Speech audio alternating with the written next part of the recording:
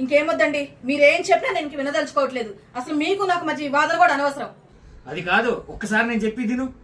అలా వినే ఇక్కడ దాకా వచ్చింది. అదే మధు చెప్పినప్పుడు వినుంటే అంటే నాకన్నా మధుగడ మాట ఎక్కువైపోయిందా నీకు? ఇక ఈ మాటలన్నీ అనవసరం. మన మధ్య ఈ వాదనలు అనవసరం. ఇంకా మీకు నాకు బ్రేకప్.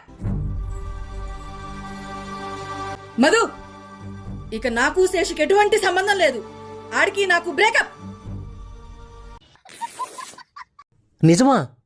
అంటే విడిపోయినట్టేనా? మేం విడిపోతే నీకేంట్రా అంత ఇంట్రెస్టు?